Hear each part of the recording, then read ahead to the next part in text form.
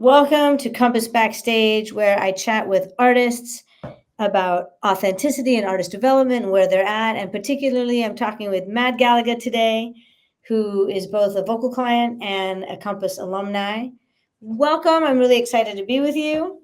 Hi, thank you. I've had the privilege of working with you both in the studio, working vocals, working with Compass Artist Development, and really witnessing your firsthand journey from being a phenomenal touring musician and a huge part of Ghost to now stepping into your spotlight as a solo artist with your debut EP, Enter the Vortex, Act One.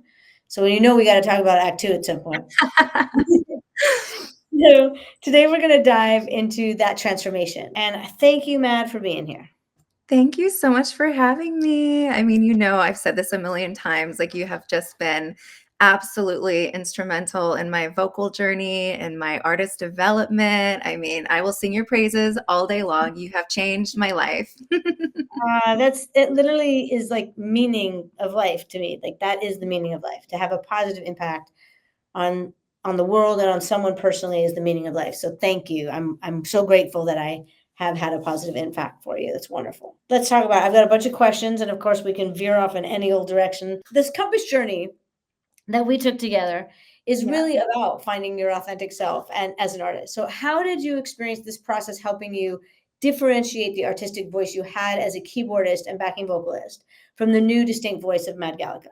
Well, I feel like when you're like a touring musician and you're working for someone else's project, you're really kind of creating an onstage persona that fits their vision. And of course, like I bring elements of myself to stage when I'm working on other projects, but I'm not like stepped in, like I'm not Mad Gallica in those projects. And True. so it's been like a huge change from being in the side stage, kind of in the background, to now like in the spotlight, front center stage. And, I feel like so much of that journey has been gaining new confidence, but I feel like confidence as an artist comes when you really know who you are. And there was like this big pause in between when I left the previous band I was in and then decided, okay, I'm going like full throttle Matt Gallica. And that's actually when I started working with you because I was at this point of, okay, I know I want to do these big things. I have like an idea of what I want to do and like who I want to be on stage now. And like it's been this huge discovery process of who I am on stage. And so working with you and the Compass program has really helped me like refine that vision and step into the spotlight with confidence, knowing now more who I am as an artist. I absolutely love that. And it is true. Like there's, for example, being a background vocalist, that is a completely different animal than being a solo front artist. And both are incredible. I mean, I know the most amazing background singers. They're so skilled. They're amazing. But it's a completely different energetic, a completely different job. Yeah. So move from one role to another, you really do need to be embodied. You have to be, I think that when you're the keyboardist, you should be super interesting to watch, right? Yeah. Like when I'm in the audience, I want to look at every band member and be into them, but my eyes should be absolutely drawn to center stage. So now you are like all eyes on me instead of like, I'm cool, but like, I'm not distracting from the lead. Exactly. And that was a huge shift too of like I would kind of previously felt like even with my own music when it would just be me and a keyboard playing a gig and then of course like as a keyboardist and backing vocalist, I always felt like it was safe to be behind the keys kind of hidden. And so one of the big like learning curves of being now like a front woman is like, oh my God, all those crutches have to go. I have to really believe in myself and my vision and what I'm doing as an artist and who I'm connecting with. So yeah, it's a big, big, scary jump for me, but so worth it and thrilling. I'm so glad. Every musician I know, whether it be guitar, piano, everyone has said that to me when I'm working with them as a vocalist that whether it be because we're like, hey, let's do this song standing instead of behind the keys, or at some point the artist feels like, I feel like I want to get up there, but they say that exact thing. I've always felt like I have something to hide behind. Yeah. And without it, it's more vulnerable, it's more exposed. 100% of the time, every artist is like, "Oh my gosh, I feel very free now. I feel like there's more I can I'm because you literally are not hiding, right? Like that instrument isn't hiding you, but you have felt I can hide behind it. Therefore, you are to some extent hiding, and then you choose not to anymore. So getting behind that piano again is like, I'm doing that, but I'm not hiding, right? Exactly. No, it's so true. It's a whole different mindset. And like even a step further of, in the previous project I was in, I was like, wore a mask and a costume, everything. And so even just like taking off a mask, Huge. stepping more into the spotlight was even scarier and bigger and than just like, okay, I'm going from, side stage to, now front and Yeah, there center with were my kids. layers. There's Yeah, there was layers of revelation, right?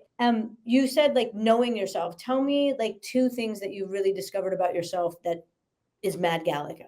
one thing that I've discovered is that Mad Gallica is like an entity. That's how I view Mad Gallica. And it's this entity that fully embodies me when I'm on stage and writes music with me. It's like almost like if I've named my creative muse, it's Mad Gallica. And then I Oh, get to kind of amazing.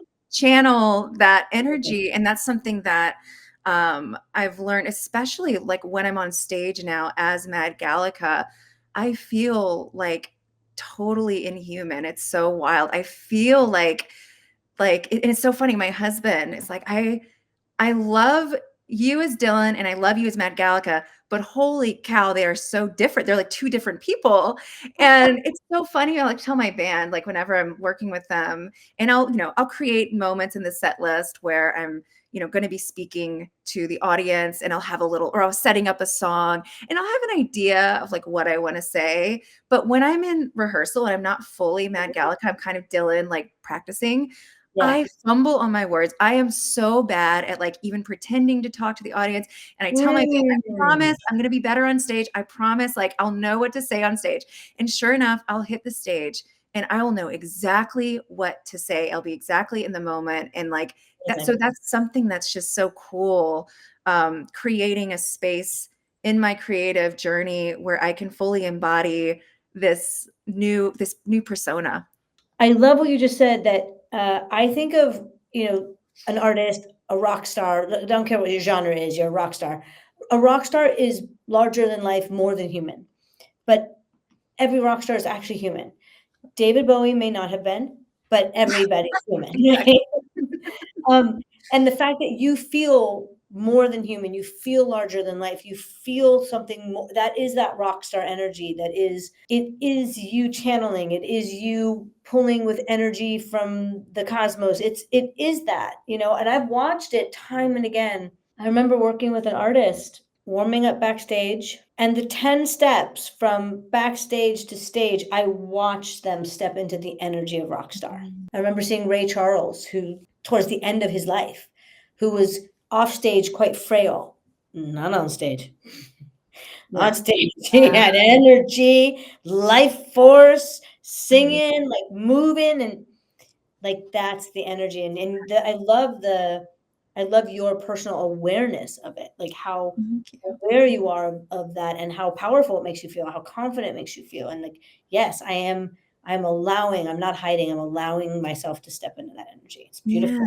it's electrifying, and that's something that I just am so grateful about that connection with the audience, like now being up front and being able to really reach out and Um, like touch the audience and really connect and look them in the eyes. And that's part of that magic that is just like we're in it together, like we're creating the world mm. together, you know? Ooh, I love that.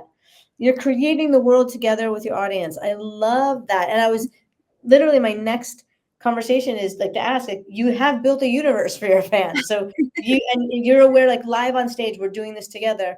What were some of the key non-musical elements that you developed, like in this process, Mm. that were crucial for turning your musical project into this immersive experience? Yeah. So to me, that I was talking before about the entity of Mad Gallica and the whole lore and the backstory is an actual, Mad Gallica is from a rose nebula, and that's where all of the music comes from.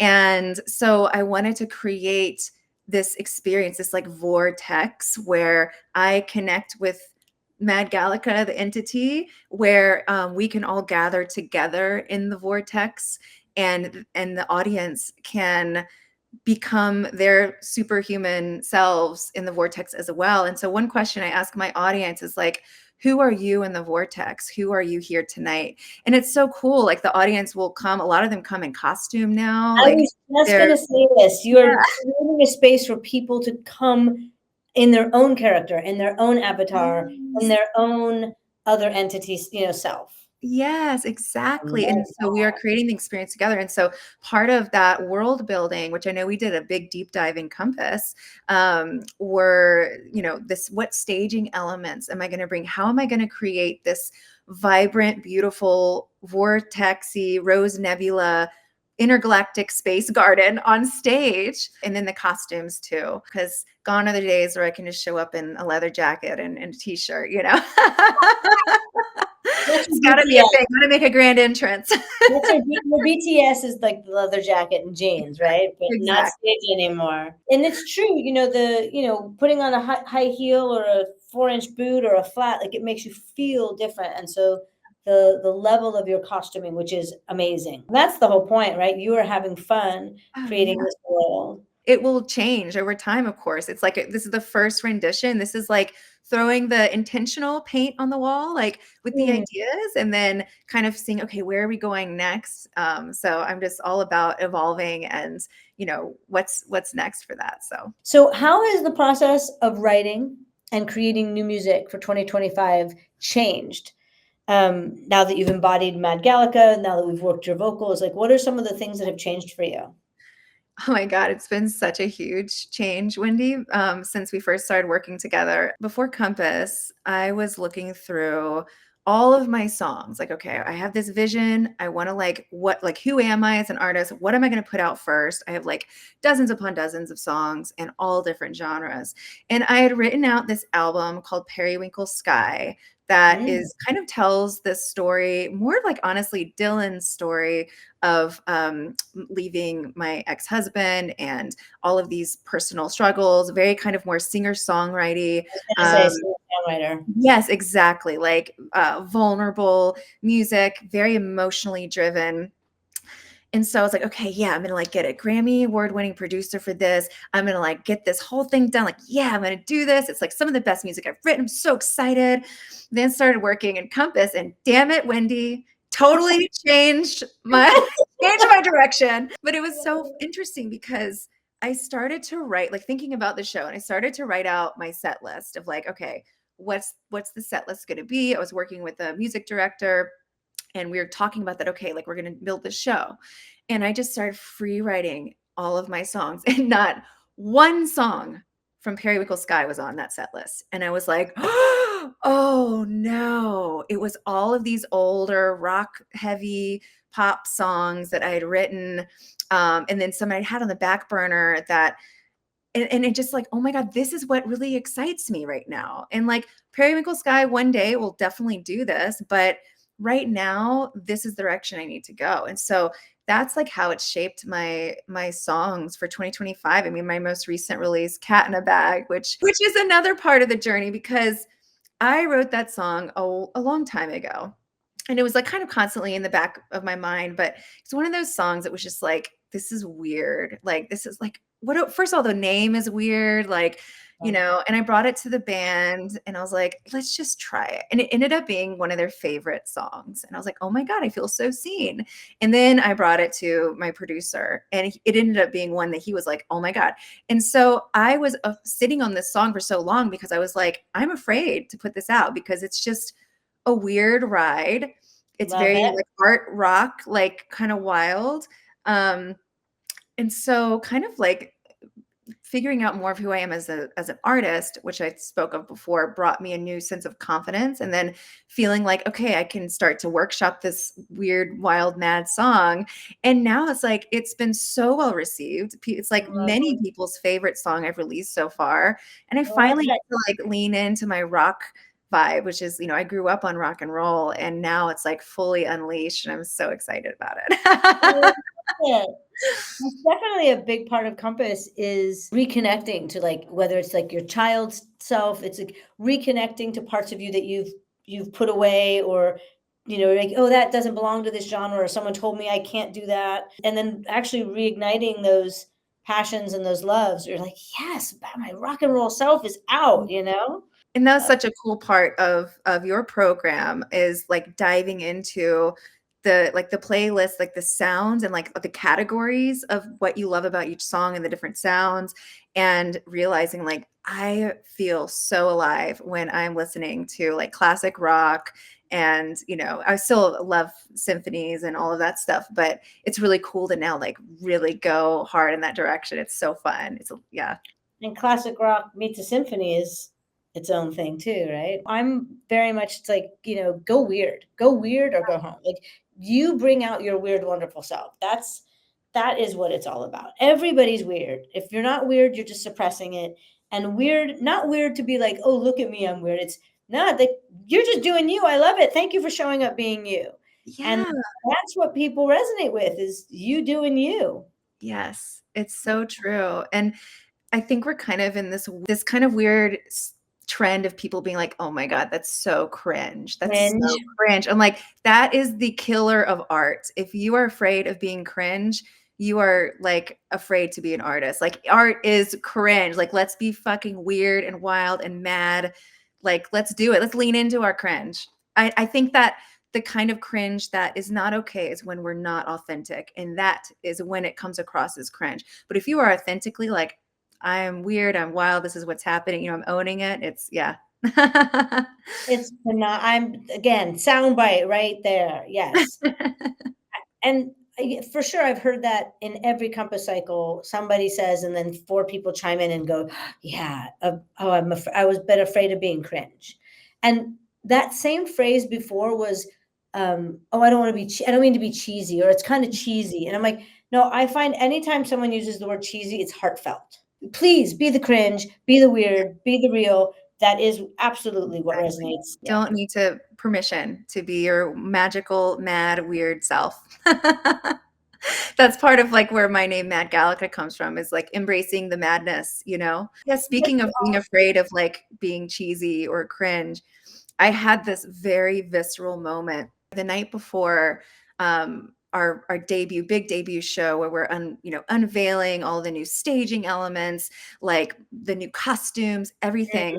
And I'd worked for months and months and months developing this, and then I'm seeing it here, like all on stage, and the show's the next day, and I was like, oh my God, is this cheesy? Are people gonna laugh at me? And then I was like, you know what? I was talking with my team, and they were like, this is you. This is you. Like, you have to just lean into it, own it, own the weirdness, own the fucking 6-foot rose that's dangling on the stage. Like, like just own it, man. I was like, yeah, you're right. And then I went out and I owned it, and it was great. It was so fun. But that will still always come. I feel like those little voices in our head, we're always going to be our own worst critics, and afraid of, we want to be accepted and loved, Yeah.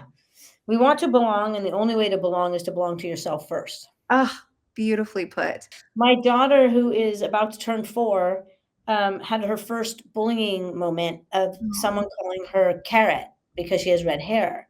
Oh, And she literally doesn't want to wear her jacket because the same time they laughed at her for wearing a raincoat. I really said to her, I was like, honey, you know what you can do when someone says something like that? Carrot, yes, I have amazing red hair. Isn't it glorious?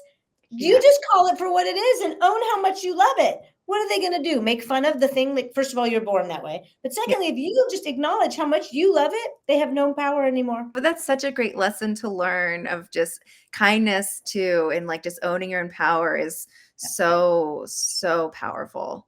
It's true. Yeah. It's like I said to her, it's like that would be like someone saying to me, making fun of me because I'm short. Can I change it? Can I do anything? I'm like, that's right. I'm a wonderful elf and fairy. I'm short. Yes, I love that. I love that. I'm also Embrace it. short, so I need to I need to say that as well. I love that. A wonderful fairy. Everyone should be able to like dress up in a Halloween costume and we know who it is because Yes. you're that identifiable. Yep. And Totally. to be identifiable, you have to take risks. That's all. It's all about taking risks. I feel like so much, well, the human journey, but also very specifically the artist journey. We have to be brave every day.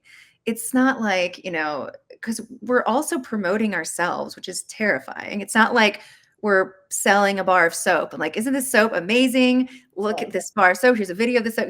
We're not disconnected. It's It's true. little mini acts of bravery every day just to kind of like keep going, on the artist journey. Matt Gallica with the sound bites. You're brilliant. Many acts of bravery. Yes. Mhm. And it's many deaths and rebirths over and over because you are the same person, but you are constantly like reevaluating, reshaping, and like allowing like the old version of you to let that go for the next project. Where am I now? What do I have to say now? And so you have to re-engage the vulnerability over and over. It reminds me of what one of my family members had a baby, and I said, "What's been like the most incredible thing about motherhood?" And she said the biggest thing that she's learned is that she's had to mourn the death of her child every few weeks. Like he's changing. He's something now, he's something else, he's growing. And I don't know, just from what you said, just kind of reminded me of that as artists, like we are constantly changing and the world is changing around us too. And That's yeah, true. That's so yeah. true. And it is true with the kids. I my wife has said a few times, like, I miss when they were being babies. And I'm like, I don't feel that. Maybe there will be a moment where I do. I'm like, oh yeah. When I look at a picture, I love it. But I don't feel that mourning as much. Yeah. I'm just in awe of the newness all the time. I'm like, Yeah, who are you today? Like when did that's my cool. son my son said maybe for like the third time ever, um, to me, he was laying down, he goes, I love you, mommy. Oh, My my heart literally just like opened and melted, and I was like, and that, literally for the third time in his life, he said it, right? And wow. I'm like, oh, That's um, and sweet. it's just all the time these, and I hope that as people and as adults, it's like, can we continue to have that same awe for ourselves and that same curiosity for ourselves and the allowing for ourselves to change?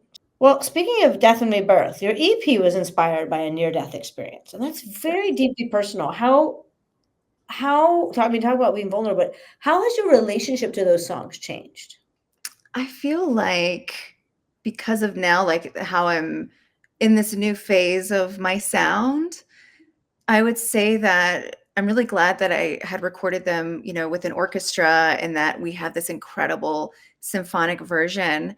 But part of me now wants to go back and like add more rock influence or have versions of them that are just kind of now match the tone that I'm doing now. Um, but it's so Yeah, cool to have those. But yeah, now it's like how am I re-envisioning them now knowing who I this want to be as an band artist too. with this? Yeah. Yeah, And I they were always love like that. act one was it takes place, it's a concept album, act one, two, three, and possibly four, because I just keep writing music for it. But the the act one, it takes place in the Rose Nebula. So it's very ethereal and it's supposed to be like Which in that. could become a rock musical. Yes. Oh my gosh. Yes, please. I would love that. I would love that. Yeah, that has to happen. I want to create an I animated just saw the vision and got the goosebumps. film. It means it has to happen. Gonna, she's gonna. Yes, hell yeah. And I also like I love Fantasia, growing up with Fantasia, and so I was like, I would love to have like a animated film like with it too. But act 2, which is like Cat in a Bag, comes from that act 2 as well. It's like anchored on earth, and so it's very heavy. The vibe is heavy. And so a lot of the next like songs will be definitely a lot heavier. But yeah, I guess that's how it's kind of changed since I recorded it is, now I'm in a completely different sonic landscape. Yeah. I love the idea of hearing those songs now reimagined and shared now because the fans that knew them will see the change and grow with you, and then new people will find that just the new version of it. I love that, and it also does show us like when you have a hit song, you sing it for decades, and you're not the person who wrote it anymore. So your relationship does change, and now your artistic expression has changed. So the song is evolving that way. I love that. Yeah. As an artist, right, in the front, you are responsible for the entire vision now. How did our process and the development of Compass like help you build the team, the co-producers, like getting everyone aligned to your creative direction? Mm. Well, I think the most important thing that was so helpful about Compass with creating a team is, I'll say it time and time again, the more I know who I am as an artist, the more efficient of a leader I can be with my vision. And, you've always said, like, if you don't figure out who you are, someone else will fill in the blanks. And so I'm all about collaboration. And here's my idea. How are you going to make it better? Let's make it better together, building it. But I think that part of like the team that I chose reflect my vision really well, and we're all on the same page. There's no like rubbing of ideas. It's like it's amazing. It's like so free flowing, and we're just bouncing ideas off each other. Mm. So that was really crucial of finding a team, is first knowing what I want to do and who I am. I think also when you know your vision and people are coming to you to want to work with you, you can see from their work like, oh yes, they can create my vision with me because I see my style in there, or I see their style matches where I want to go. So you're not guessing it like or thinking, oh, I'll hire them. They're really good at what they do. And then you're like, oh, I'm not getting anything I want out of this, right? Yeah, You exactly. have to see what you want in what they can do.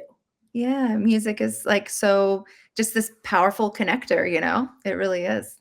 And human beings, we really want to support each other and champion each other. Like, if given the chance, most people are going to want to do something that can contribute and help. And so the fact that you're like, here's how you can, and now here's another way you can, they're excited to do it because people want to lift you up. People want to see you win. People want to champion it. Yeah. It's really a joy to work with you, and it's really a joy to, I mean, for me, like I said, that meaning of life is to empower and to have a positive impact, and to see you take it and run with it and evolve with it and shine with it is just thrilling. I mean, that's Thank you. what it's all about. I remember, to share with the audience, I remember when we worked on your deck and you were meeting a manager for like 15 minutes who was kind of doing a friend a favor to talk to you. Yeah. Yeah. Oh, yeah. And then I showed him my brand book, and he stayed with me for like, I think an hour and a half, and was like, this is so cool. Like, this is, artists don't really come this prepared. And so it was such a cool thing to have. It's been such an incredible, I also used it to get funding for my shows. So I did a different version that was all just for like financing, showing the vision, breaking down the numbers, what's already been covered, what is still needed. And I raised like, I think 15 grand from that. So just sending it to people because people like, they want to believe in you, like, but the proof's really, they want the proof of concept, like you Yes. can just say, hey, like, this is what I want to do. And blah, blah, blah. I was like, okay, cool. Great. I hope, good luck. That's great. I'll follow you Like, on your you're journey. right, you know you're going to execute that, right? Yeah. Yeah, when you show up with a plan and like a plan of action and all of the elements already in place, people know like, hey, she means business and I want to help. Yeah, because you showed you showed the storyboard, you showed them the vision. You didn't just tell them, "I have this idea." You're like, "This is the idea fleshed out. Here's what it's gonna look like." If you can do all that in preparation, then you can do that in execution. If this is what all you got, but you fully believe in it, that you might be the right person to pitch that way and be like, and it happens, Yeah. right? But and that's not because I don't want to say don't put in the work because the work you did is what made it all happen. You raised 15K. That's phenomenal. Um, I also just say that because like what one person needs is poison for someone else, and what the other person would do would never work. Like you have to know who you are, right? If you're like, Yes. oh, I just wing it like this. No, you need to do the full preparation. Yeah. If Yeah. you're a person who's like, I'm not prepared enough. I need to do 7 more drafts. Write it on the cocktail napkin, right? Yeah. Yeah. Because like I have a friend of mine who I've worked on a project with, and the project's incredible. And I've said to them, I'm like, you and I both have the connections for this to actually launch. The concept is amazing. I don't want you to wait till like everything's perfect. Like literally, if you just did this, I said it, you don't need those 7 steps. If you put the idea on the cocktail napkin and we talk to these people that we know, it'll happen. Yeah. Because we have put in the work. We've put in over a year of work. And to But have it's that it's confidence, yeah, it's that part. it's like you have to believe in it, and to work that muscle of belief in the project, you have to really know what it is and the vision, and all of that stuff just helps build that belief muscle around it as well. Okay, you have a PhD in like emotional brilliance. I'm telling you, like you Yeah. said some brilliant things today. You really have. Oh, thank you. That means a Because lot coming from you. Yeah. but yes, that is really beautiful. You have to exercise the muscle again and again and again. And Yeah.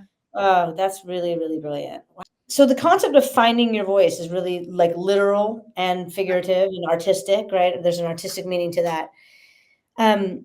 Beyond the technical training or because of the technical training we did, what does finding your voice mean to you now? Like in context to your overall identity and vocally. Like I I have many a wonderful text from you for the vocal stuff. I know.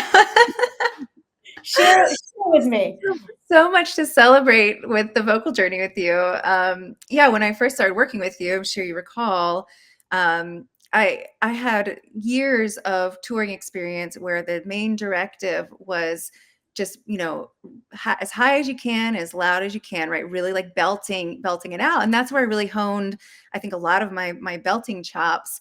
However, it was so much of like a run and gun kind of a lifestyle.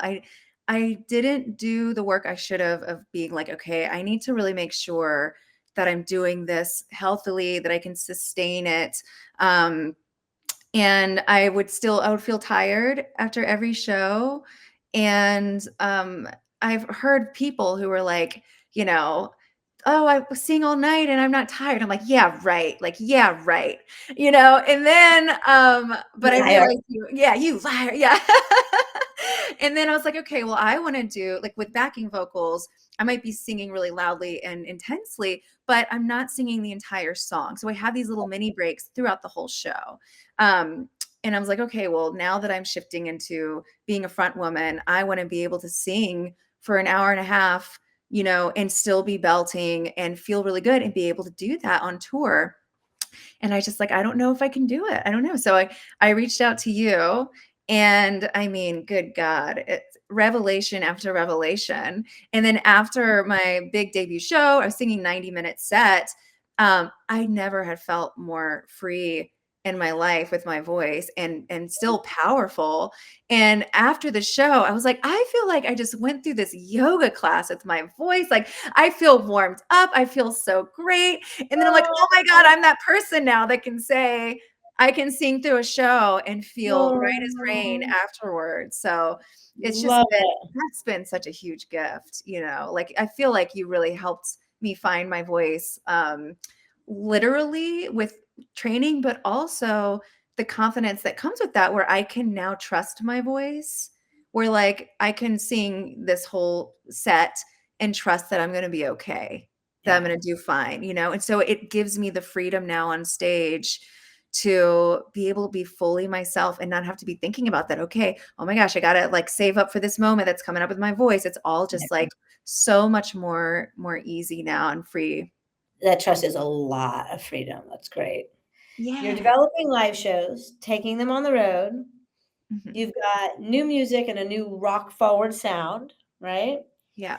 Tell me more about like where you're leaning into the madness. Tell me about what's coming next. Like I think we've got a Halloween something going on. Yes, I have a song that is like, it's another one of those songs where I sat on it for a long time, like cat in a bag. I'm like, is this stupid? Like, is this dumb? And then I'm like, no, it's great. This is so exciting. And then I sent it to the producer again, and it was one of his favorites. I'm like, okay, this is really fun. And then the more I start to learn about myself as an artist, the more I can now make this song even more authentic. So it's a very campy, fun Halloween song called Human Hand. And it's the part of the show where I bring out my crazy alien gloves and I get freaky with the audience. And it's so fun. It's so fun. So that's like kind of the Halloween song. And then I will most likely do another Kickstarter to fund the my next album.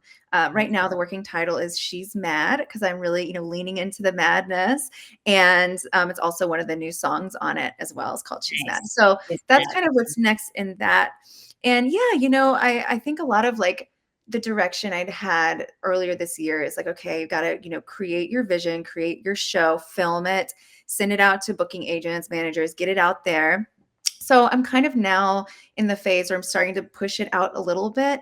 And I'm also kind of in this great phase of like, you know, wanting to work with people who really want to work with me. Like, I don't want to be asking you, like, oh, will you please work with me? Will you please be, you know what I mean? Like, I want people who are just like fully immersed and they're like, I get what you're going for and I want to do this with you. So that's kind of the what I'm trying to manifest and work with now. Yeah, that's something that I learned, and I remember when I'm feeling shaky, it's when I'm reaching. Mm, Oh, I'm reaching for something, I'm trying to get something, like, that's always when I feel unstable, like, like, feel emotionally or internally, energetically shaky, and I'm yeah. like, "Stop, just go back, come inside, come back to yourself. Yeah. What are you working on? What do you wanna do? Take action and steps, come back to this balance, and then whoever's supposed to show up to be a part of it will come. It will come." It is amazing how that happens. Like, I mean, I'm all about reaching out when you feel like an intuitive like pull, like this person I Oh, think you work yeah. with, but like there is some magic of like people just find you. That's how I feel like with my team I have now. Like everyone just it was so easy. It was so easy. I love that. Yeah. It's not like, "Oh, don't reach out to people, email people." It's not that kinda reaching. It's more of an energetic of, like, it's looking for something outside myself as opposed to I'm just in my creative flow, and then people join me on this ride, along Yeah. the way, and that's when you go, "Oh, that person, hey, I'm doing Yeah. this, you wanna be a part of it?" Yeah. That's not the same feeling of reaching, like, "Come join me on this." So, yeah, that's great. That's That's a great way to describe it. I feel like so much of our journey as artists, and again as people too, but like is following our intuition and our compass, um, and yeah, like some of the most scary, terrifying moments of like our intuition asking us to do something. Like my inner compass was so strong of like, you need to now go solo and put all of your energy into this because it's going to take so much energy and time and resources. And so but it was like a scary leap, it was like, oh my god, it's like this last band has been my home for so long and I love it. And how like it's painful to do that, but when your intuition is screaming at like this is the time, do it.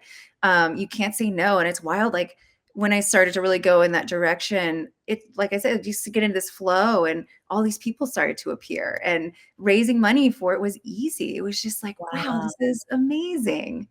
Really I cool. love that. Yes, follow your own compass, be your own North Star, listen to that gut.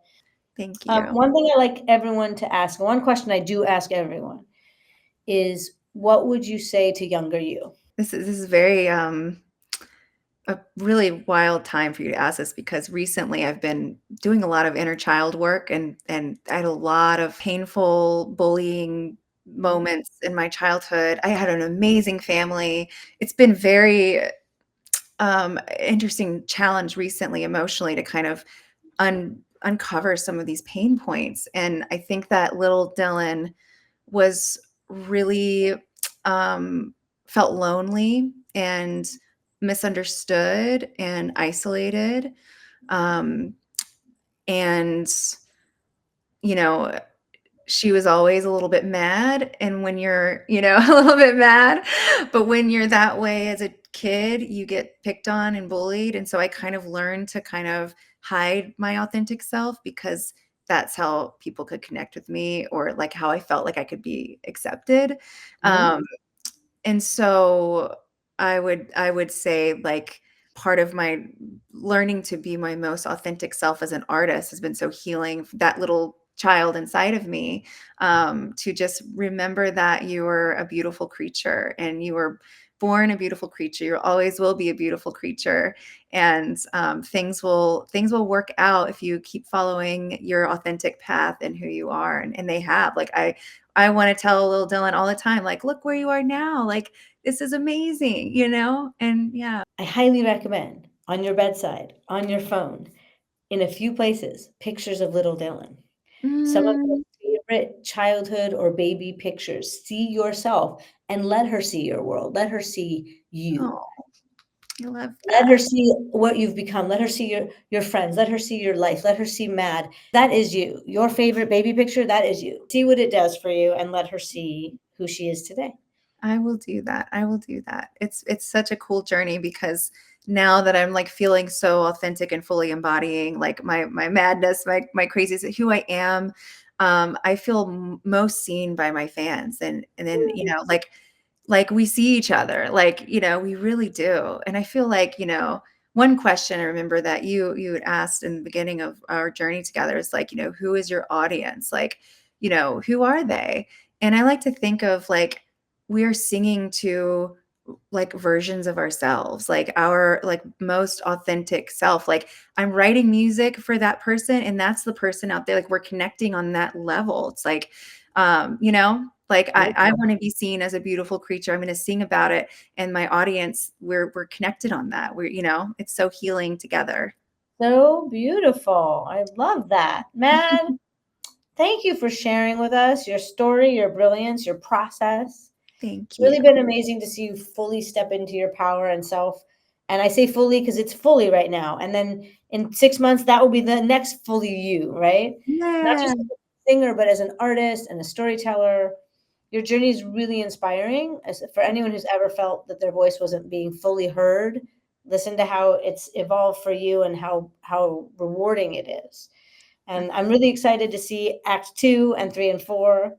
Thank you. Please check madgallica.com, follow, check out the new song, check out the cat in the bag. Yeah. Join us for our next backstage, Compass Backstage. I'm going to have more guests. Matt, Hell thank yeah. you for your beautiful madness. I Oh, love it. thank you, Wendy. Thank you so much. It's been a joy.